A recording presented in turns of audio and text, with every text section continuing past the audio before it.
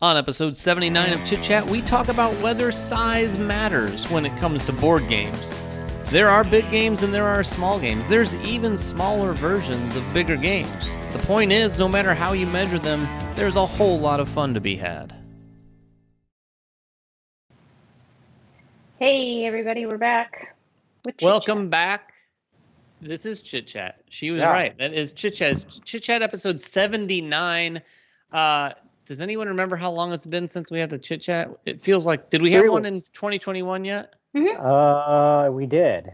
Our most anticipated. Yeah. Oh, that's right. We are most anticipated. If everyone can see, I don't know if anyone is seeing Ryan because I don't think Jeremy and Kira and I are seeing Ryan. There he is. Ryan vanished for a second. No memory card. As It'll always. go away. I don't have a memory card Classic in the Ryan. camera. I don't know why that. It's how long have we been sitting here with this camera on? Like maybe 15 minutes, and then all of a sudden. So hopefully it doesn't happen again. The secret is out, everybody. Ryan is a robot of our creation. And he is lacking his memory card. I didn't. That makes a lot of sense why I make some of the decisions I made in that live play on Wednesday. We're referencing things that... Oh, yeah, I actually watched most of your live play. It looked like an interesting game. But we're getting sidetracked. It's like we've started Chit Chat, and we haven't even started. Welcome to Chit Chat episode 79. We're going to be talking about big games. We're going to be talking about small games. We're going to be talking about small and big games. Not necessarily that are good.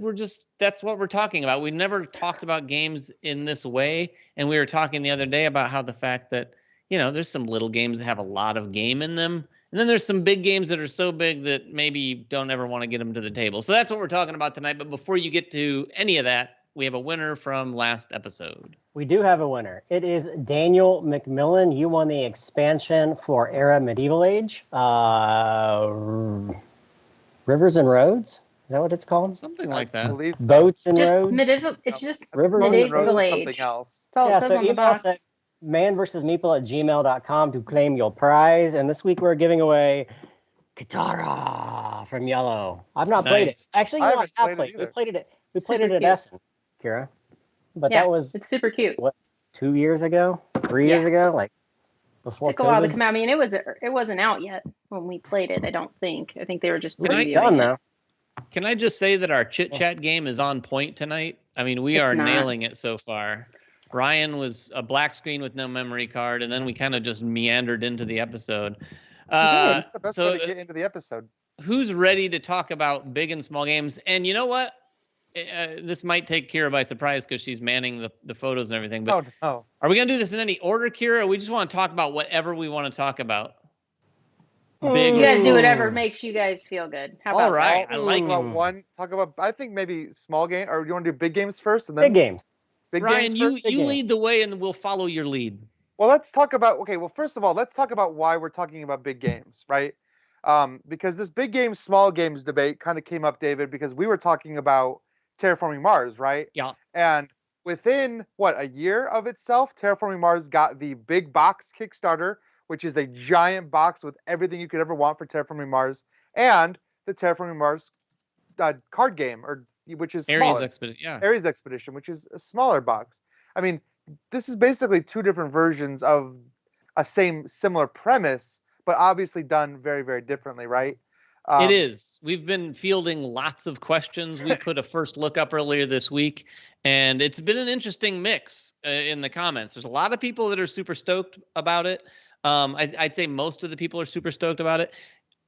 Also getting some comments for some people that kind of feel like, oh, I love my big Terraforming Mars. I think it was to be expected that there were some people sort of like, and I don't want to be upset by me saying this, but maybe a little stubborn in your ways with like just wanting and loving this one thing. And we are that same way. I mean, I love Terraforming Mars. Ryan, I'd say of the four of us, you're probably the king of Terraforming Mars love between the four of us. I've played that game over 100 times on recorded plays. It's crazy. That's a lot. Kira, should you make them jealous or not? No, I can't. Okay, she can't make you jealous. I don't know that I would get jealous of anything regardless, but I've played over 100 times, I think. That's a lot. I haven't even played the card game. Well, you've not played it? No, he hasn't. Terraforming Mars has a great solo mode, and it has a Steam app which lets me play kind of over Steam as well, which is great. But anyway, so that's not the only game. I've also been paying a lot of attention to Bloodborne, which has been delivering now. And some of these pictures of Bloodborne show these games stacked up from floor to almost ceiling. I mean, it's a lot of content. And then we can compare that to the Bloodborne card game that came out a few years ago. That's just a tiny little box. So I think this is kind of interesting that we were seeing a lot of licenses that are both big and small. I mean, the ones I picked for tonight are not related at all, but these are some good examples. And it's interesting to see people's attitudes towards these things, right? Because we've all played small card games, and everyone, all sorts of different people enjoy those, and people enjoy big games. But boy, when you start saying, well, this is a smaller card game and it's based on a similar experience as that much bigger game, then all of a sudden everyone wants to start drawing lines in the sand and saying, oh, I've got to pick one. And I think in a lot of cases, and at least in my opinion, in the case with the Terraforming Mars one, I definitely think those both have a space on my shelf. I do, and I've said this too to many people, I think it's entirely possible that for a while anyway, people might find them and goes, oh, let's just play the card game because it really gives you a lot of the same sort of experience. But that big box experience with all the expansions and all the things that it does is also very appealing. I'd say the one big differential is that big box has even though the card game has a board, the big box the board is a key component to the game where you're putting the greenery on that board, you're adding the buildings and stuff, which they've kind of, and I've used this term a billion times this week, streamlined, because it's definitely a streamlined experience. But anyway, Ryan, what's your big or small game? So let's start with big games. And I picked this game because this is one of the first big games that I ever got from Simon at the time, or Come On. And that is The Others 7 Sins. This is a huge game. I'm pretty sure Kira's got a picture of just everything that this game comes with. The core box, a ton of expansion boxes. And the reason I chose this game is because it came out years ago, and it's still a game that I play at least twice a year. Definitely every Halloween, whenever I can. This is a horror-themed game by Eric Lang that came out before Death May Die. And actually, Death May Die feels like it borrows a lot from The Others. Unfortunately, The Others never really caught on. I think this game deserves a lot of love that it didn't get, and I think if it came out now, it would be the response would be a lot different. It is a one versus many style game, although they have released AI scripts for all the different sins over the course of the time. But it was just really cool for me, like seeing all these different options and being able to combine all this different content in different ways. So a lot like Death May Die, you're going to choose the sin that you're going up against. You're going to choose the team that you're facing against that sin. You're going to choose from a random assortment of cultists that are acolytes that will assist that sin. And then on top of all that, you have a random scenario with a random map layout. So the chances of you ever playing the same game of this twice are astronomically small unless you purposefully set it up that way. And the game is just a lot of fun. I mean, it's very simple to play. And even though it's a one versus many, it does have a lot of more Euro-y things that are going on in the game as far as like the way movement works and positioning. And the one player, the player that's controlling the evil sins that are running amok, they can only react to other players' actions. So it feels a lot like Death May Die, in which you take an action and then the enemies get to take an action. And then it can kind of mess with everything that you've been doing on the board or trying to basically reset your progress to that objective. And I'm not sure if you guys have ever even played this game because it really did, it did really well on Kickstarter, but then just kind of flew under the radar. And I think part of that reason was because for most people, even myself, are probably never going to get to play through all of the content that they put in that game because it's just a ridiculous amount of content. And I'm saying, like, honestly, the people that are getting Bloodborne now, I wonder if they're having that same conversation about, am I ever going to play through all of this content? But that was the first one for me, and it always will have a place in my heart. And yeah, I really just think it should get some love. I think people would really like it. David, I think you and Jeremy, being Death May Die fans, would probably like it as well. Kira, I don't know how you feel about Death May Die, but I own all of it. Well, really? Speaking of that one, Ryan, if gun to the head, stranded on a desert island, you had to pick one of those two games. Is it The Others or is it Death May Die? Because Death May Die was a candidate for the game I was going to talk about tonight, but it's not the one. Well, considering that the others, as it stands, doesn't have a solo mode, it would be very hard to play that one by myself. But honestly, for me, Stranded Island with a group of three other people. I prefer the others. Really? I like what it does with the one versus many, where you have to react. You can only ever react to the opponents, and the players can kind of choose, not like they can choose when and how to take their actions to force the one player to react in specific ways. And I don't know, I think it's really smart, and it was honestly probably way ahead of its time. But again, I mean, if you're seeing in these pictures, it's so much content. I mean, I haven't counted up how many scenarios there are spread amongst all those boxes, but every one of those boxes comes with more and more tiles and more scenarios. And it's kind of like insane, actually, how much content there is for that game. And I'm probably never going to experience all of it. I mean, that kind of leads into my whole game. I picked Mansions of Madness, and I was kind of confused about the topic tonight because I thought it was games we liked or just big games. I didn't think it was games we particularly liked. I like Mansions, and it's the same. Like Mansions? Well, I do. Let me be honest. I did like Mansions. I don't like it as much as I used to. And I think one of the reasons is you nail it. Like the amount of content for all of these Kickstarter games it's beyond ridiculous. I mean, as a content creator, there's no way in hell we're going to touch all of this stuff. It's just not possible. With maybe as many just dabble in it.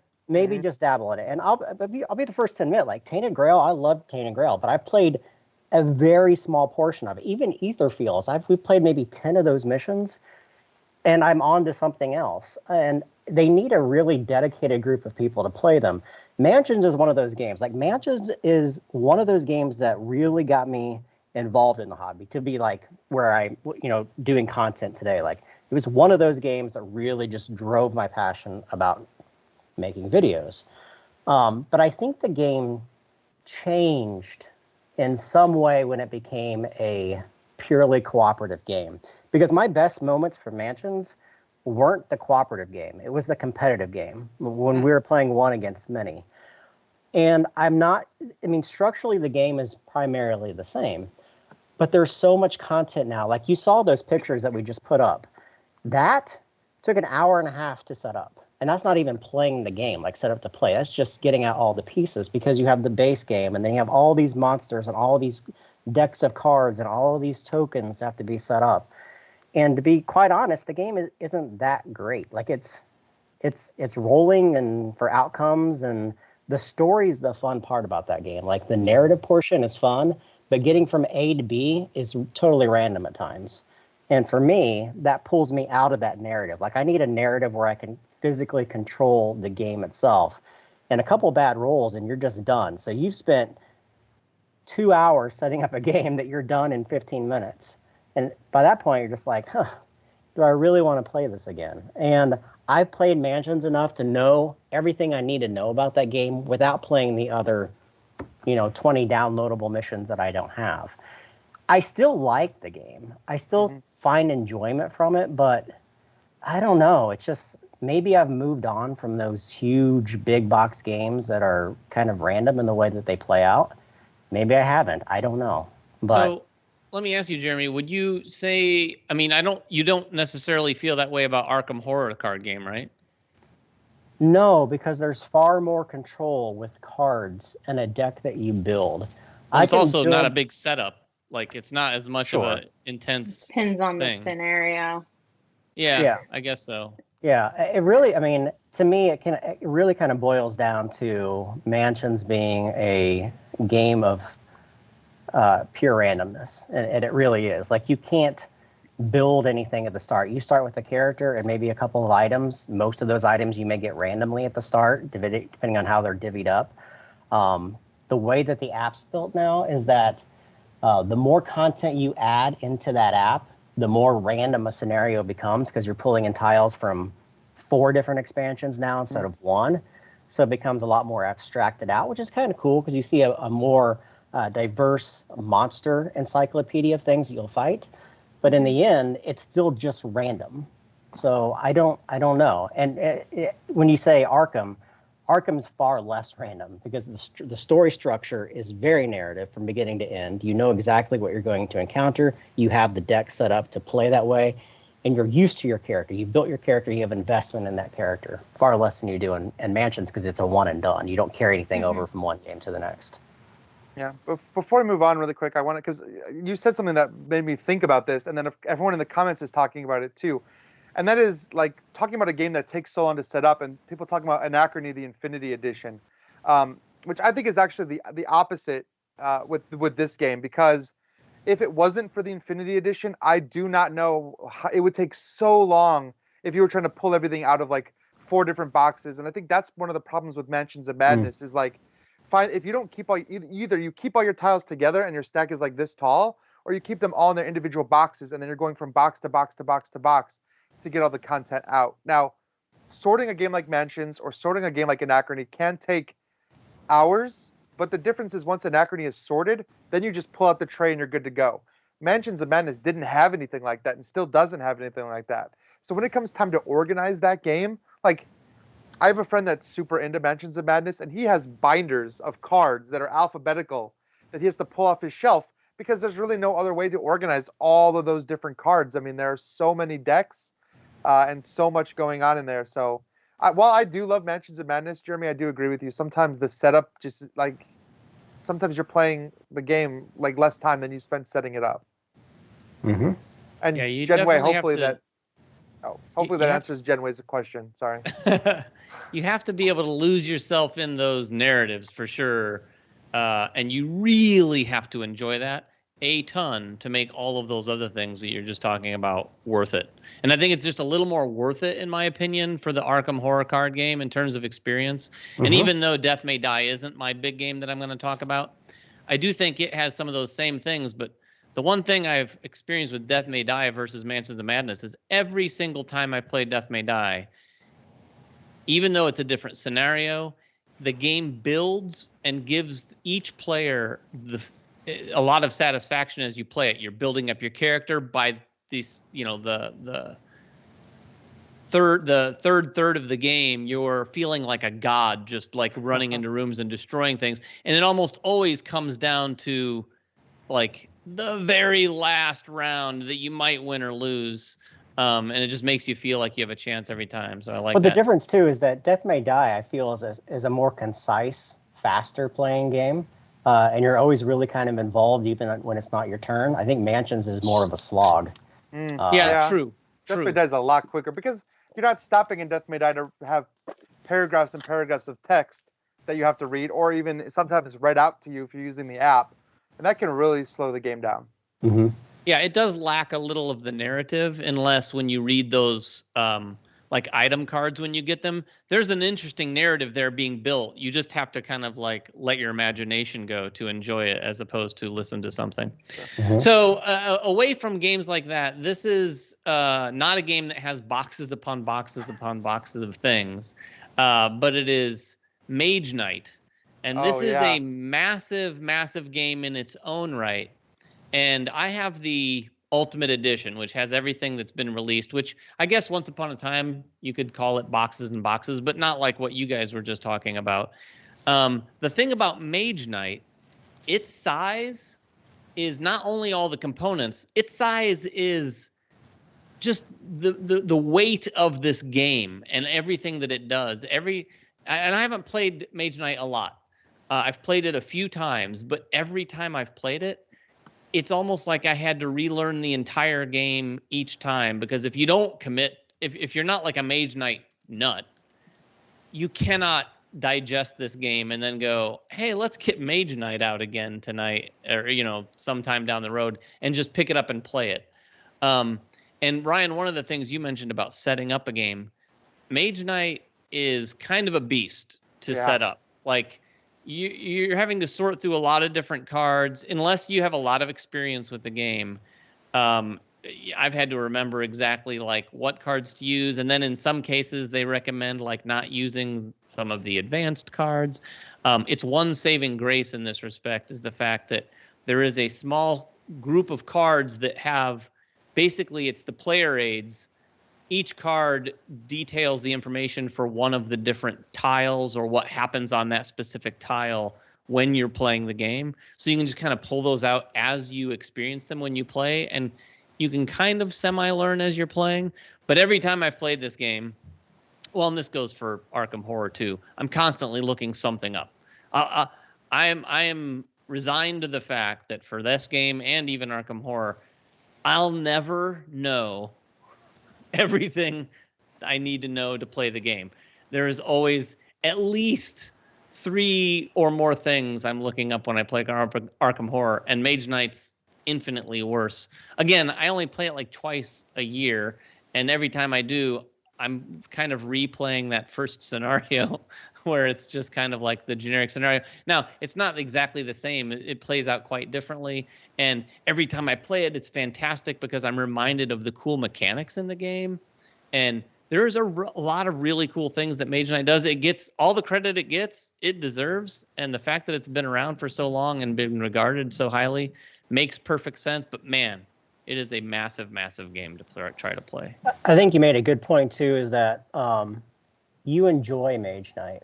So the reference I'm trying to make with this is that rule books, there's a lot of rule books for these larger games that are a chore to go back to. I was thinking of On Mars. Is that the one from? Lacerda. Yeah. So the one with the not so great rule book. Yeah, I know, Ryan, you really like that game. I love that game. But for me, it would be a chore to go back. So looking back to Mansions, like going back and rereading that is not worth the payoff, where maybe Mage Knight is worth the payoff. So it really depends on how invested you are in the game too. Like I keep War of the Ring, well, number one, because it's the collector's edition, but number two, because I really like that game. Although I haven't played it in probably 3 or 4 years, but I would go back and reread that rulebook, and it's quite extensive. Like to play War of the Ring, there's a lot of shit going on in that game. But I would do that. I would reread that rule book. Whereas Mansions, I don't feel like I get the fun factor out of it that I would with something like War of the Ring. And you probably feel the same way about Mage Knight. Like there is a fun and inherent way of playing Mage Knight that is cool to you. So it's worth that effort.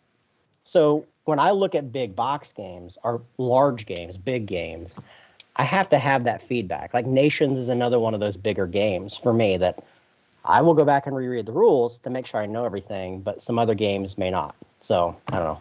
Yeah, the way I would sum up Mage Knight for me is the moment we're done playing it, we're in complete appreciation mode where we're like, man, this is so good. Like, yeah. God. But then it's so big and such an event of a game. It's not like you're going to go, let's play again right now. You definitely don't do that. And you need some time before you play it again. But unfortunately, that amount of time is just enough time to kind of forget and have to reinvest all of that effort into getting it to the table and playing it. So it's this weird dichotomy of like, oh, I love it, but oh my God, it's such a pain to play. It's kind of how I feel about Assassin's Creed on some level right now, and as a video game, where it's like I love the game, but every time I turn it on, I'm like looking at a billion dots on the map that I'm like, this is just a lot. It's too much. Mm-hmm. I think Jeremy has a really good point about remembering the rules or wanting to learn the rules, because people are already talking about this in the comments. I saw Gator Dave mention this. How many times have you gone to get a game off the shelf and then realized, number one, you don't remember how to set it up, and number two, there's just so much content that you're just like, you know what, never mind. All the time. I'm just going to play something else. Time. Sarah asks me all the time to play games. Number one, I'm just burnt out from playing games all the time. But number two, it's like, she's like, what about that game? And I'm like, Gugong? That's an awesome game, but I have to reread the rules. I don't want to reread the rules tonight. And that's like every game on my shelf. I'm like, I don't even remember how to play that game. It's been like a month, and I've played 900 games since then. I don't remember. I have to reread it. And it's typically those larger Euro games that I just forget for some reason. You play too much. One last thing, Kira, before we move on to Kira's big game, I wanted to say one thing based on what you just said, Ryan. As crazy as it sounds, digital games help me sort of keep my head in the rules a little bit, while it's not as much of an effort to have to pull the game out and like get a group together and play it. I only bring this up because I just started a game of Grand Austria Hotel on Yucata, or Yucata, however you pronounce it. I think Yucata. And Jeremy and I had played it recently when we were looking at the expansion, but I just forgot every time I play this game, it is definitely one of those games I'm reminded of like how much fun it is. I did have to kind of refresh my memory on some of the details of like, because digitally you're looking at it. I didn't have the rule book handy, and I didn't catch the name of the game. What game is this? Oh, Grand Austria. Okay. Hotel. Yeah. And I had to refresh my memory as to what the rules were. Not that this is a big box game or anything like that, but the digital games in general can really help keep you sort of in practice, if you will, with some rule sets with minimal effort. Kira, what's your big box game or small box game, whatever? I mean, I literally looked around my office and I was like, I wonder what small box game she's going to mention. What's the smallest game and what's the biggest game that I have sitting here? And you've got some big games, though. Oh, no. I mean, like, Ryan knows because I was texting him, like, I don't know what to talk about tonight. I just didn't. So I'm like, if I go Tiny Epic, everybody expects that. So then I was like, do I compare that to Heroes of Land, Air, and Sea? I was thinking about Radlands versus like Marvel Champions, you know, self-contained, like Jeremy said in his video, like self-contained versus having all this stuff, or like Arkham. And I just kind of, I don't know. I even thought about the Terraforming Mars thing as well.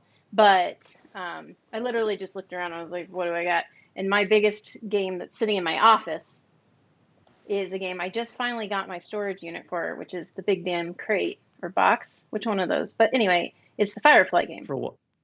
Yeah. So, and I was telling you guys before we started that like I can't fit it on my Adler game topper. You can see in the picture it's overlapping ever so slightly, which I haven't actually used it on this because it's been so long since I played it, because I hated getting it out because there was too many boxes, which is why I really wanted this storage unit, because it's done so well that it's just everything comes out and you can play. And when I get the play mat eventually, it will fit in there too, and I will be a very happy girl, because that is the number one reason we don't play the game. And it's not like the best game. You know, I've got Eclipse. It's just, they're just so hard to get out and play. And not to mention, I don't have people to play them with typically. Like, I am not going to get my group to play Eclipse. There's no real theme for them, right? Compared to a Firefly, which is a show we all love, right? And it's a pick up and deliver game. Not my typical kind of game, but I like it because it's Firefly. My friends like it because it's Firefly. And so it's one I'd like to get out more, but hasn't because of all the boxes. And that's my biggest problem with everything. I don't want to have to open 3 boxes to get the game out. That's so frustrating to me. It's like, well, what do I need from here and there? Just give me one box, make it easy for me to get everything out. I love seeing all these new big box. You know, I know we talked about Terraforming Mars, and you guys were saying big box, you just meant the original game. But the actual big box storage unit, or I'm trying to think, what else did I just get? I mean, if you look at Dice Stone Adventures is another good one. The way that everything is in there, and it's so self-contained, even though it's a big game, you're going to get everything out, and it's going to be really easy to set up. That's what I need in a big game. If I'm going to play a big game, I don't want it to be a chore to get out. Yeah, that's why like that. I really want that big damn box, because that thing makes setting up Firefly so easy, and you just store everything right there in it. And I know they've come out with something like that for Rising Sun. I have one like that for Blood Rage. I mean, anything that you can do to help make one of those big games set up faster, I'm all here for. Yeah, totally. You'll have to tell me if you're really happy with it. I'm thrilled with it. I just need to stain it. I wanted their luxury edition they don't make anymore, that's got felt inside, and they've done it all for they don't you. Make I was it? like, oh, really? They don't make it anymore. It's been out of stock. Dang. Out of stock forever. So I just don't think they make it anymore. So I bad. finally got this one for my birthday last year, and finally, I'm so happy. So I just need to stain it.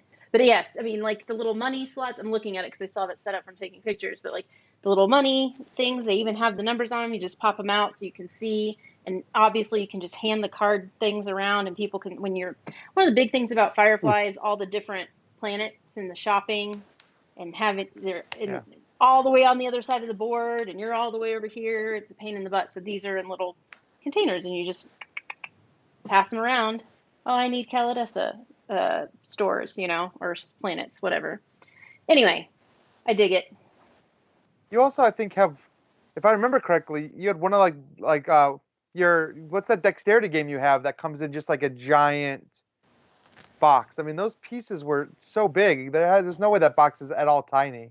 Are you talking about where the different 4 elements, like somebody's fire and water and? I don't think that's in a box. I think it's just in a giant bag or something. Well, is it just a giant bag? I do have the box, but it's maybe. I mean, it's not terribly big. Now that there's more stuff for it, more elements and new pieces, they don't fit in that really. But so yeah, I have it all in a bag. But again, it's one we don't get out nearly as often as say Flick of Faith. Even though I really love it, it's a great dexterity game. It's just, it's a little bit more of a complicated one, even though it's not. It just is somehow, or Flick of Faith, which has actual rules and cards to it, somehow seems easier to get out. I don't know why that is, or Sonora. Probably because of the speed of play and, honestly, those plastic pieces, when you're trying to get really creative, they're heavy. And so sometimes the flicking might wear your fingers out a little bit. So you get your right on your nail. Cool. You ever done that where you get it right on your nail and you're like, ow? Yeah. Anyway. I don't play enough flicking games to know the difference. I'm not good at dexterity games. So. Before Ryan gets to starts off things with the small games, I'm looking at some comments here, and aside from Gator Dave talking about his unhealthy love of felt, there are some people mentioning Gloomhaven, which is kind of like obviously, the reigning king of big box games. It's literally maybe one of the biggest boxes itself. We talked about it. I think it might have been beat. We've had some big boxes since then. Yeah, true, but that is a big. Most of them have so many boxes, but Gloomhaven is just one big box. And then as we transition into the small boxes, I didn't mention this. Did anyone talk about DeVere games at all on their small box list? No, but somebody brought up the one I think you're going to bring up in the comments, and I've got it sitting here to my right. City of Lights? Yeah. City of Lights? Yeah. I knew you were going to say that. Somebody else said it in the comments. I'm glad you have that. I'd like that copy, please, if you'd be willing to share it. City of Lights. Ryan and I played this on the live stream, and someone mentioned it up.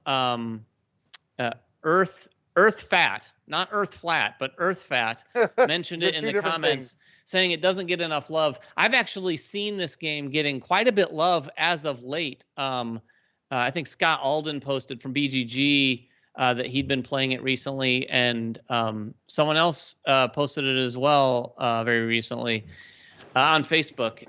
Excellent little game, and all of the DeVere games, in fact, I've said this a million times, they are the king of little box games that have a ton of game inside of them. And even though Paris City of Lights isn't like a big game inside a little box, it's a really good game. But man, they have Silk and Red Cathedral. A lot of their games just have so much going on for such a little box. And someone else mentioned, even though this is kind of a joke, I think, all of the West Kingdom games, just because the box is slightly smaller. And I will agree with all of the comments. Those games are always absolutely jam-packed. In fact, most times those boxes don't shut with all of the expansion content. Abby B just said that boxes need to be just a half-inch taller. And I'm looking at my shelf. I can see my Paladins, Architects, and Viscounts, and all of them are like just this much from being closed. Just because I put the expansions in the core, like I'll mix everything together if I can. And Architects has already an expansion. Paladins has one about to come out, so... Garfield needs to come up with a line of those elastic bands, like branded elastic bands that go around the box for sure. Well, they do generally come out with big boxes. They came out with a big box for Raiders of the North Sea, and I'm pretty sure they're coming out with a big box for Paladins. But I would like a bigger box that was all of the West Kingdom. The West Kingdom my box. Paladin stuff, exactly. A box for a king. All my Paladin stuff, all my Architect stuff, all my Viscount stuff. That's a big box. All right, be a huge small, box. Small games. It'd be a chest. So I chose a small game that is not just a small box, but the game itself is very small, and this is Fantasy Realms. And this was a game that hit me completely by surprise. That's the one. Was this also your small game? It might be. So I'll join with you. Well, it took me completely by surprise when this game came out because it literally, that's as big as the box is. And when you open it up, it's just a deck of cards, and it's like 42 cards or something. And I'll be the Vanna White as you talk. That is the entire game. And you're like, how much game can there be in this tiny box of deck of cards? And the answer is so much. I mean, there's so much game. Every single one of those cards is unique. And this is a drafting game about building the best hand of cards, and every one of these cards that you keep in your hand combos off of other cards by requiring you to have specific cards, telling you you can't have certain cards, giving you bonuses for collecting sets of the same type of card. I mean, there are so many different ways to score points, and you can create so many different combos. But because of the way that players are holding cards out and the way that some cards come out to the little drafting tableau, you're not really going to be able to play the same strategy twice. You can hold on to all those cards hoping, oh, if only I get this one sword, then I'm going to get 100 points. But David's sitting over there with the sword. Yeah, and he's never going to put that sword out because he knows someone out there's looking for it. So he's going to hold on to it. And I mean, I think there's just a great amount of content here. And you can play this game anywhere because it doesn't require any space. You just put the deck of cards out, everyone has their hand of cards, and you have a little discard pile. And that's really it. You can play it at a restaurant, on an airplane. Now it does require 3 players at least to play it, but it does play 3 to 6, which is one of the reasons I chose it as my small box game, because as I was looking, and I'll go, I'm going to jump in, Jeremy, since Ryan stole my thunder on Fantasy Realms. I was going to go with a number of 2-player games because those are the sort of the obvious choices. When you think of small box games, my first thought was Jaipur.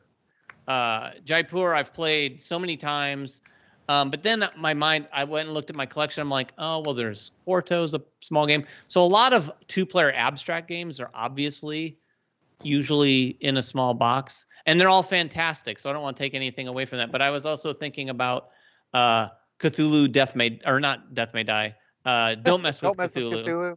Don't Mess with Cthulhu is another one. Yeah. But I chose Fantasy Realms because of a lot of the same things Ryan just said. Plus, it's 3 to 6 players. The cool thing about this game, cool sort of game thing and a warning. If you play this game and you've played it a lot, and then you play with players who've not played it, they're not going to know what the hell is going on the first time they play it.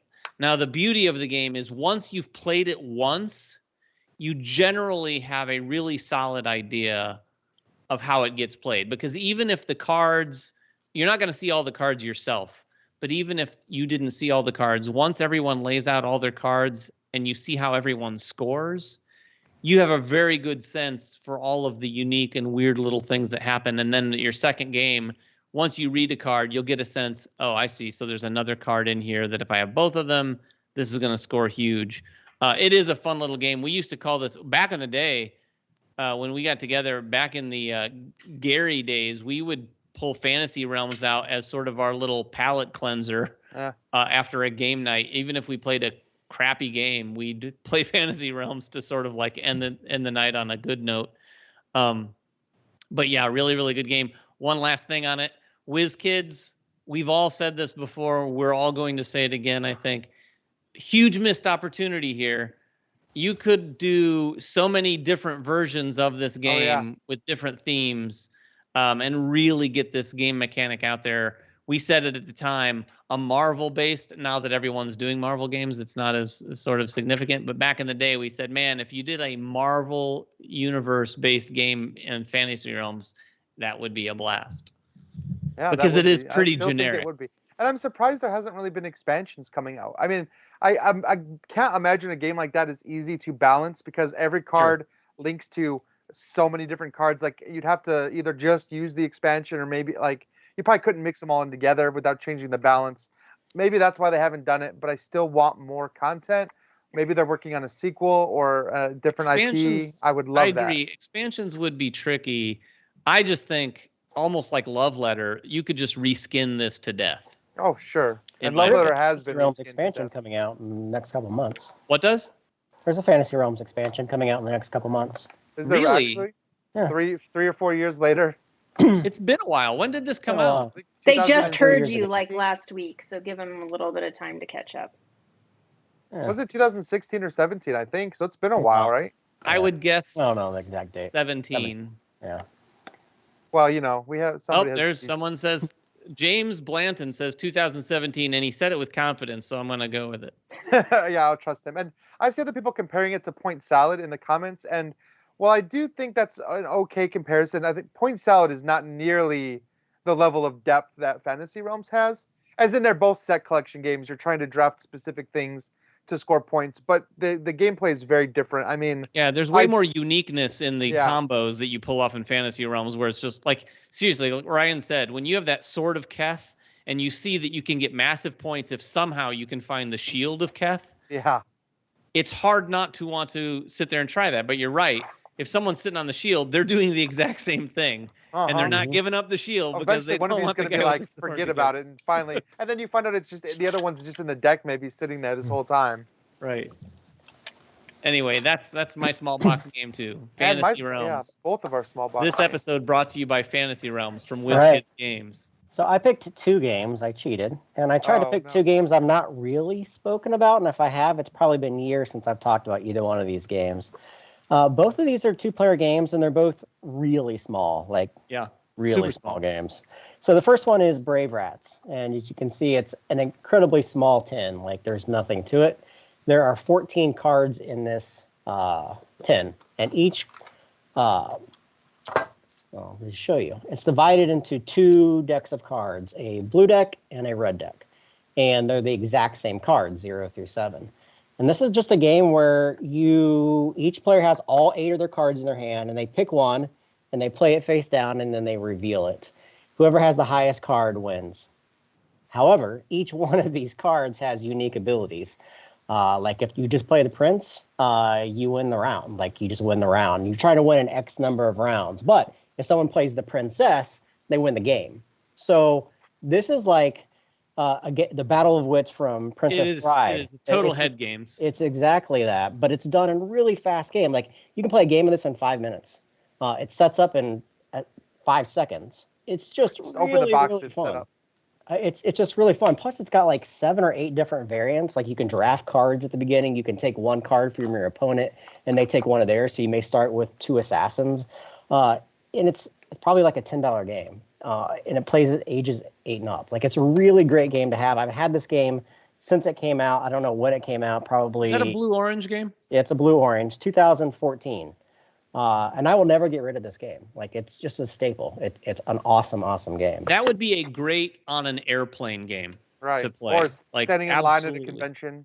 It's a total head games game, and if everyone who's listened to that description, because admittedly, when you describe this game, it might not sound great, but you've got to try it to play it because it's really fun once you play a game. Like Jeremy said, you're done with the game really quick, and it's one of those games where the loser's going to go, all right, let's do this again because I need to beat you. So the second game is also a blue-orange game, and it's a little bit larger. I've also had this game since it originally came out, but I think both of these came out in the exact same year. This one is Naya. Oh, yeah, I remember that game. This game is so good. I've played this game at least 50 times, probably more. The year this came out at Gen Con, me and one of my very good friends sat at a table at dinner and played it a dozen times. What you're seeing in front of you, it's just tiles, and each of these tiles form a 4x4 grid. And on each of the tiles, they have 2 elements. It could be a plant and rain or a plant and a bird or something. And the whole idea is that you take one of the tiles and you put it off to the side. And then you replace it with one of your discs. And then the next player has to match one of those 2 elements on one of those available tiles. So if you pick something with a banner or with a tree, they have to pull one with a banner or a tree. And that sets your next round. The whole idea is to get 4 in a row or 4 in a column or 4 diagonally or 4 in a square before the other players.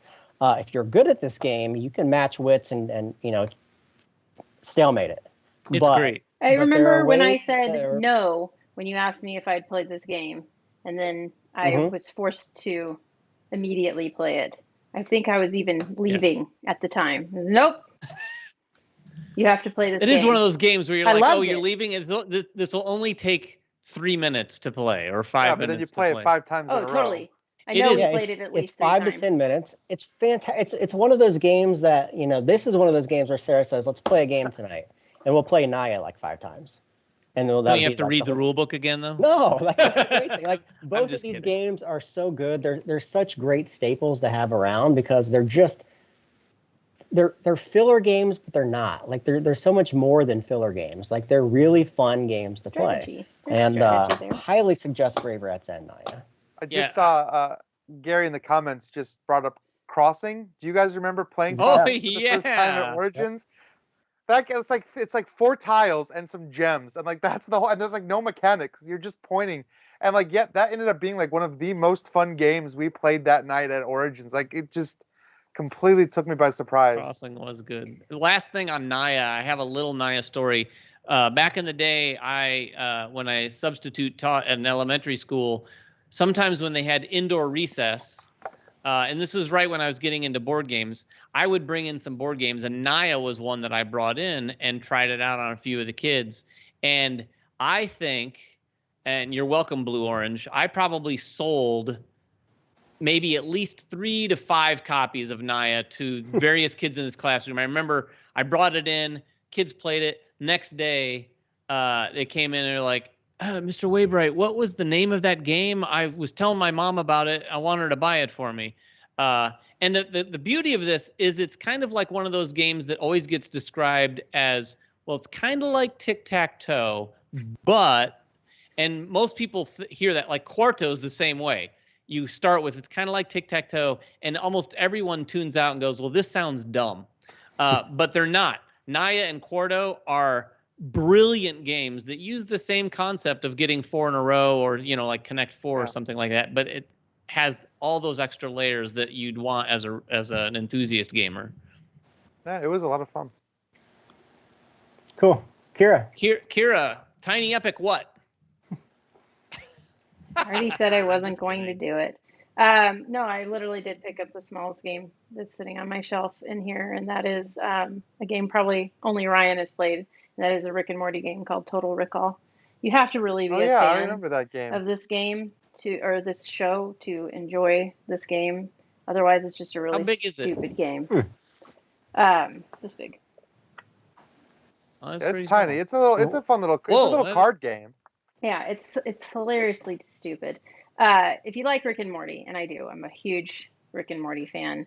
This game is so ridiculous. So you are trying to figure out who's real and who's fake. It's all based off this one episode of Rick and Morty called Total Recall, where there's this alien, essentially sentient virus, and they just keep replicating. And the way they do it is by like embedding themselves in your memory or whatever. And so you have to figure out who are original 6 people that are real and not fake, but you got all these memories of them. And so you're going around and you're flipping over these cards to figure out which guys are which.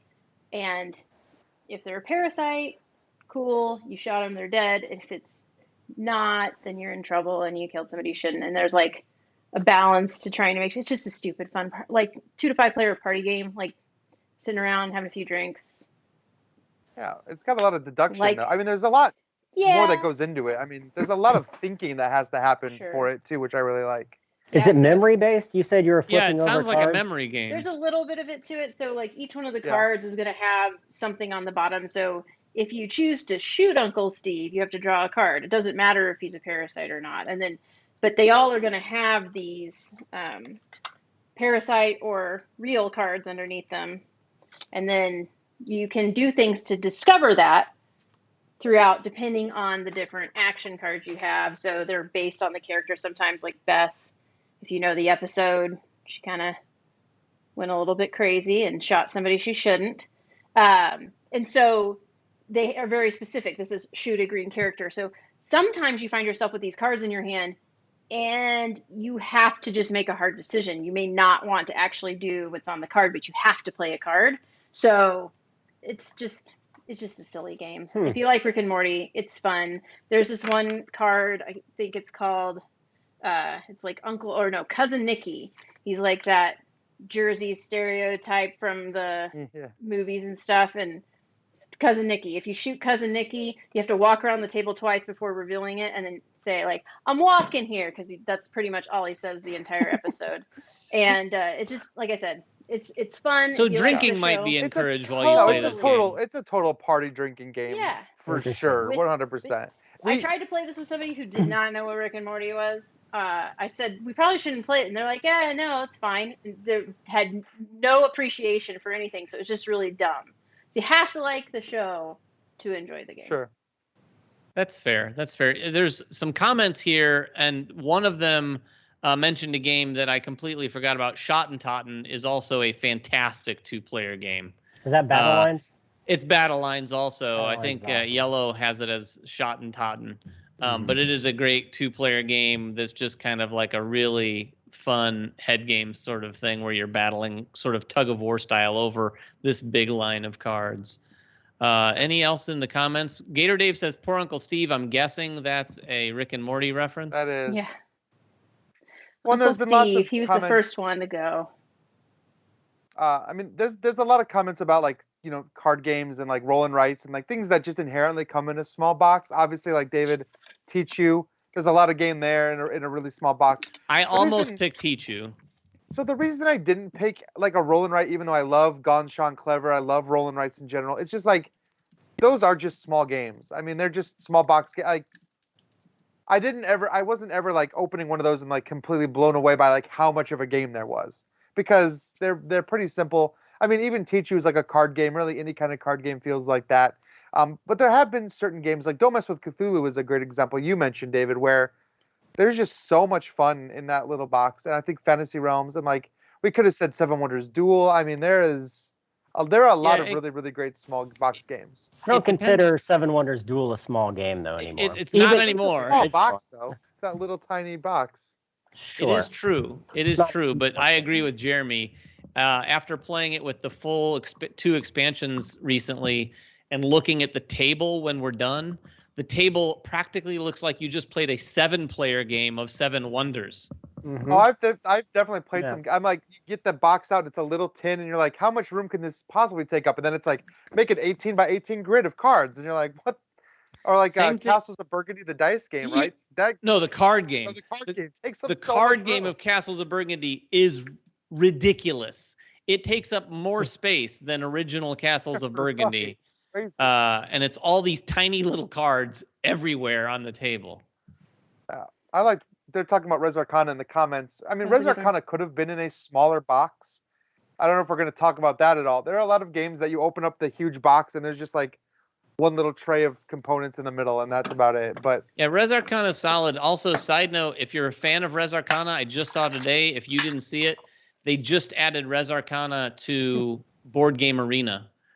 So it's playable online now on BGA. Technically, get the expansion. That's it. That.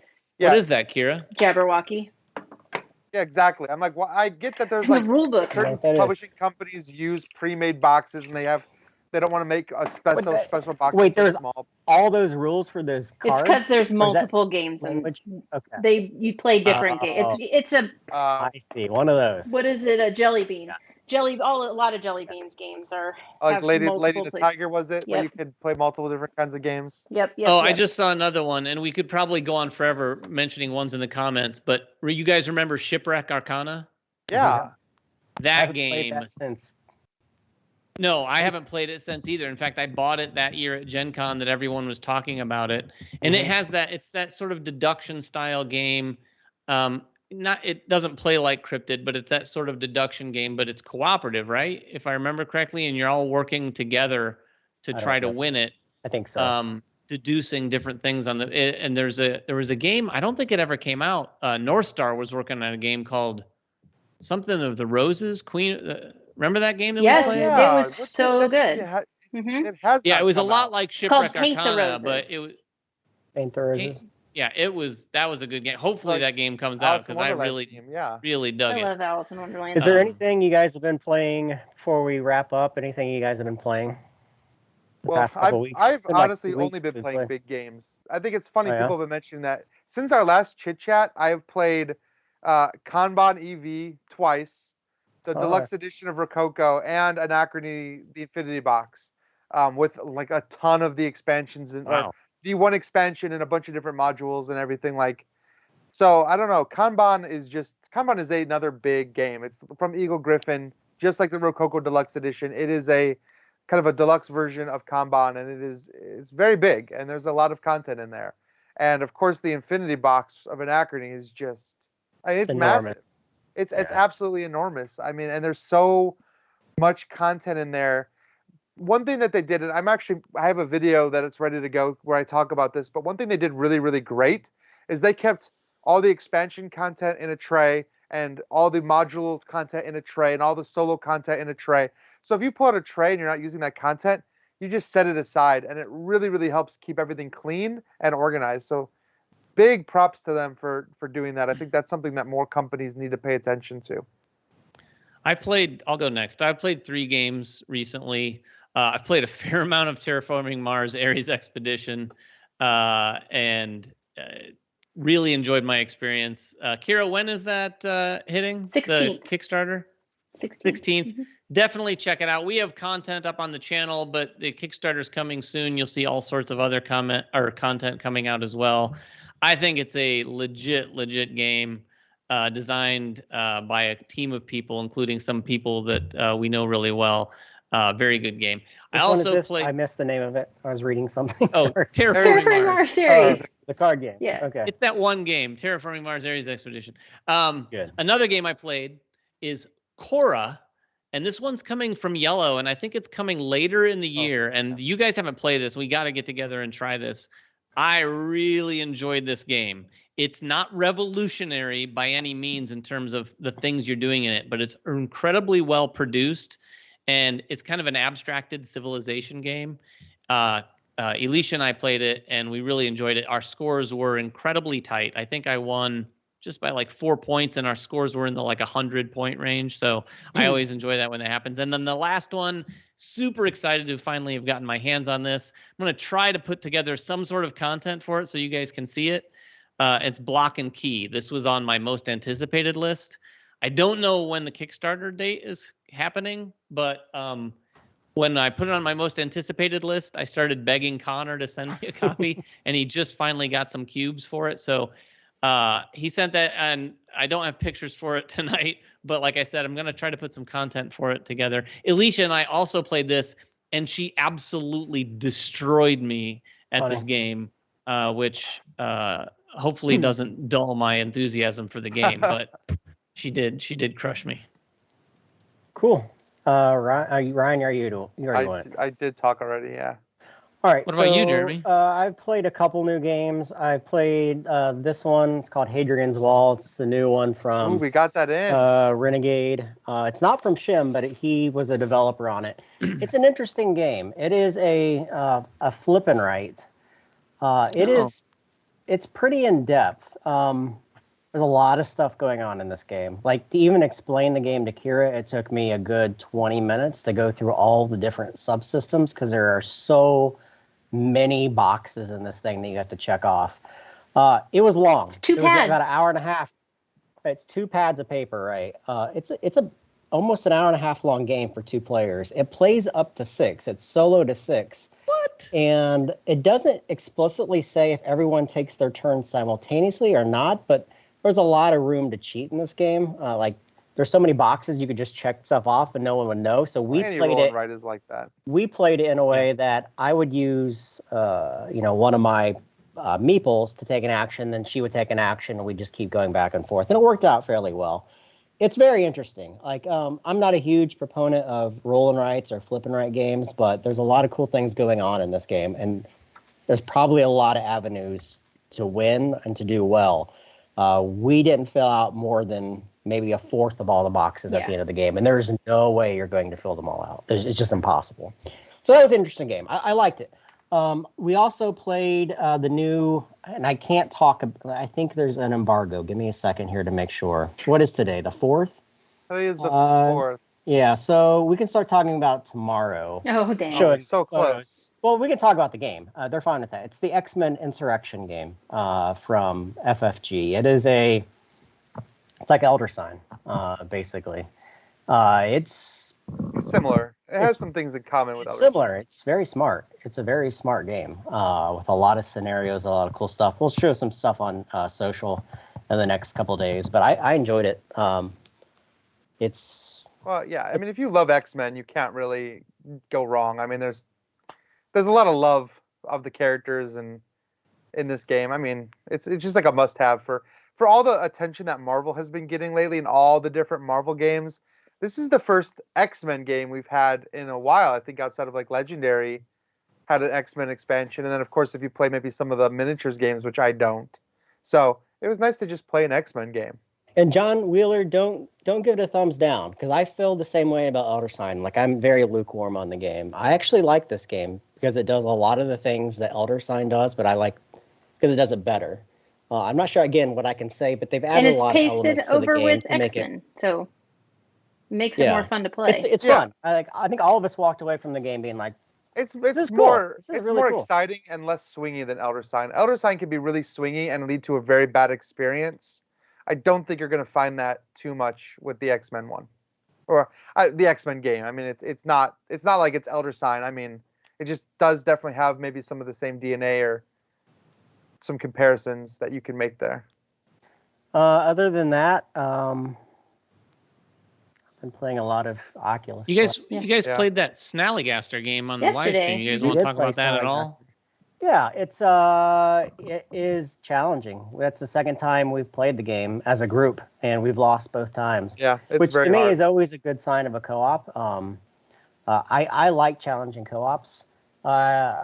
The theme is awesome. Like, I love the whole Kids on Bikes theme. Mm-hmm. I know it's kind of a Stranger Things, Goonies type take, but that theme always resonates. I think it will always resonate for people our age who grew up with those type of movies. So it's cool. We've only played one of the 4 scenarios, so I can't answer how the other ones play out. But the system is really neat. And I said this during the live stream. I love the idea that it is a co-op, but one of the players is a lost kid, so he's playing with you, but kind of against you, but not really. Like, it's just a really cool way. That's what I was confused about watching, because he's got the monsters and I jumped in. The monsters got him, and so you're trying to find him. The monster's trying to prevent you from finding him. So every time he gives you information, the monster's also getting in your way. So you have to think about it like that. It's a really interesting dynamic. He's trying to co-op with you, but part of the mechanics and dynamics between what he can do to share information also might hurt you. Correct. Hurt your chances. Each card that I play moves the monster or the feds. And I have 4 cards to choose from. All of them are bad, but some of them are worse than others. But also on each of those cards is information that I can give to them about where I'm hidden on the board. So I may play a bad card, but it gets some really good information on where I am. So there's this pool that you have to constantly be aware of. And yes, people are asking about Stroganoff. Yep, we played that. We have played Stroganoff. It's really good. It is a really good. I'm ready to play it again. Yeah, I'll have a preview for that. I think it is not this coming Tuesday, but the following Tuesday. I'll probably have it done by this weekend. So I still haven't played it. Should go up soon. It's a good game. I am not a huge fan of Hansa Teutonica. I know Ryan is. That's another one of Stedding's games, but I do really love Gugong. Well, they don't look like they have anything in common though with this. No, but but you look at the designer himself. Sure. Anytime you look at these kind of games, you're like, do I like the guy's designs? And I like one of them. Hansa Teutonica is fine, but it's not like my favorite type of game. This one's really cool. It is one of those games where you are constantly trying to get anything done. I feel like you're constantly feel like you're behind the 8 ball on a lot of the different tracks and trying to do. But I like that part. I like it. Mm-hmm. Very much so. Good. Plus, it's pretty. It's a very pretty looking game. Yeah, I haven't played it, but just seeing the board set up, it's one of those Euros where you look and your eye is drawn to a billion different things where you're like, what does this part do? Yeah. Like there's musical notes and like songs and stuff sitting on in a whole section of the board. It's just fascinating looking. Kira? So is that it? Or Kira, do you have some games that you've been playing? Well, Ryan and I played Cloud Age last week. Oh, that's right. Last week on the stream we played Cloud Age. And I would like to play. That's another one I would like to play again. I enjoyed it. It's very light in comparison to his other games, but enjoyable. It's one of those. I think Ryan said it. I did not play it on the light side, but like Tiefenthal, for those of you who play, you play with all the modules. We played with all the modules. If there are less, I didn't even realize that when he set it up, and so. Now knowing that, I don't want to play it any other way, but I'd like to kind of see what the experience is like when you're not just playing the one and done game for Cloud Age. So that was pretty cool. The games that, a couple of the games that Jeremy mentioned, it's weird. And I am going to talk about Radlands because one, it is a small box, of course, but it has made it, Chris will play with, my husband is playing a game. He's playing a game with me. I can't believe it. he likes it a lot, and so we've played it a few times. And I'm actually going to be playing with the Roxley team in the tournament over the weekend, like an internal team tournament we're going to live stream. I really, really like it. It's so fast and fun to play, and it's every game is different. I have not played any 2 games where I felt like things were the same as any other one I've played. So much fun. But outside of that, I mean, honestly, other than the stuff I've been playing with you guys, I've been playing on my new Oculus. Like, I think we all have, because it's fun. I like it. It's pretty neat. Who wants to go play Top Golf after this? Because that's like my new. I haven't played Top Golf. I haven't gotten many games for my Oculus. Go get it, but I have played a fair amount of Beat Saber, and we just got Until You Fall, which is also a pretty cool roguelike sword and shield sort of game that is pretty difficult, or at least for me anyway. Yep. Well, cool. That is the end of episode 79, Big Game, Little Game. We will be back in 2 weeks to talk about, I don't know what. We'll talk about something. We'll announce something next week. We're going to talk exclusively about medium-sized games. Right, that's the one. We'll have to define what that is. Pocket games. I have no idea what a medium-sized game is. All right, anyway, all you have to do this week is to make a comment to win a copy of Katara. It can either be done now or between now and the next Chit Chat. And as always, stay safe out there, and thank you for watching, everyone. Take care. Bye-bye.